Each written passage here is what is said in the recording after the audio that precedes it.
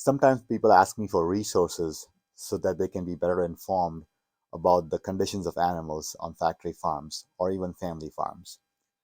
Uh, but we like to be ignorant.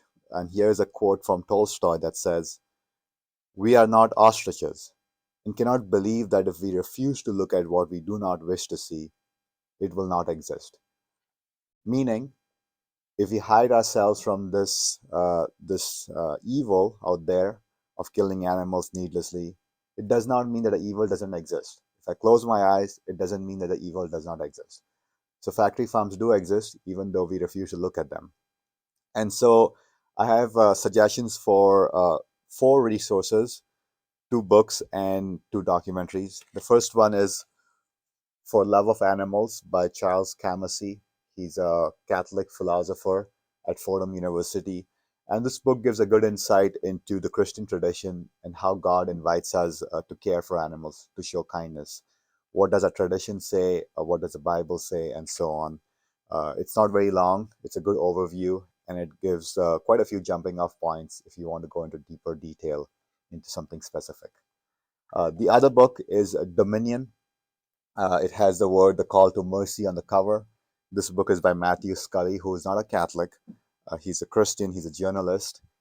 And Matthew Scully does an excellent job in narrative prose. It's not overly philosophical. He's a journalist, and he weaves this beautiful story going from place to place, looking at how animals are treated, how humans have ignored the cries of animals for our own pleasure. It's heartrending at times. He also has a good understated way of humor, which is kind of interesting for such a dark topic. But I really enjoyed reading this book. It's a little long, but it's not very dense. It's more of a narrative prose. If you cannot read the whole book, I invite you to just read the four-page introduction. It's on my website. Matthew Scully gave me permission to put it on the website, so you can look at the introduction. It's only 4 pages, and if you like his style of writing, I invite you to check out the book as well. The two documentaries, again, there won't be too much gore in it, too much blood. We don't like that. We just like to eat our meat clean in the supermarket and not think about all the animals that need to be slaughtered. But so for that, I won't suggest anything too offensive to you. The first one is My Octopus Teacher. It's on Netflix. It's got nothing to do with veganism, but I really like the documentary because it shows how animals are capable of friendship. This cameraman, this photographer, does not offer the octopus anything, but the octopus comes to see him regularly, and it's just beautiful. Beautiful scenery. It's just touching scenes of how the octopus comes and hangs out with the cameraman. So we can see what animals are capable of, what kind of friendship they're capable of. And so sometimes we tend to think that animals only love us or come to us because we offer them food or something. But that's not true. Animals are capable of friendship.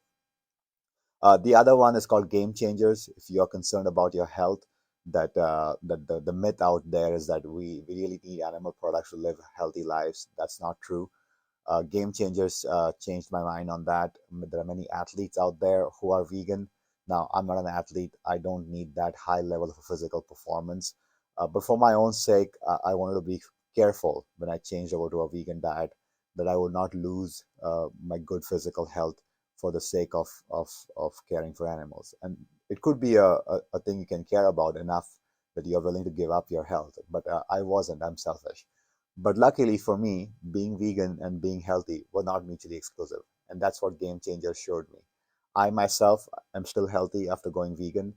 I have still a good running pace. I can lift weights and so on at the same level pre-vegan time. Most of my unhealthy habits are from eating too much sugar. And that has got nothing to do with being vegan. So we have two books and two documentaries. I hope you check them out in not in any particular order.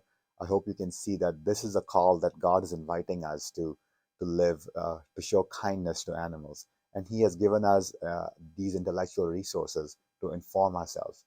Remember, if you hide from the facts, it does not mean that the facts do not exist. So if you hide from the fact that animals are being tortured and killed by the millions every day, it does not mean that this does not happen.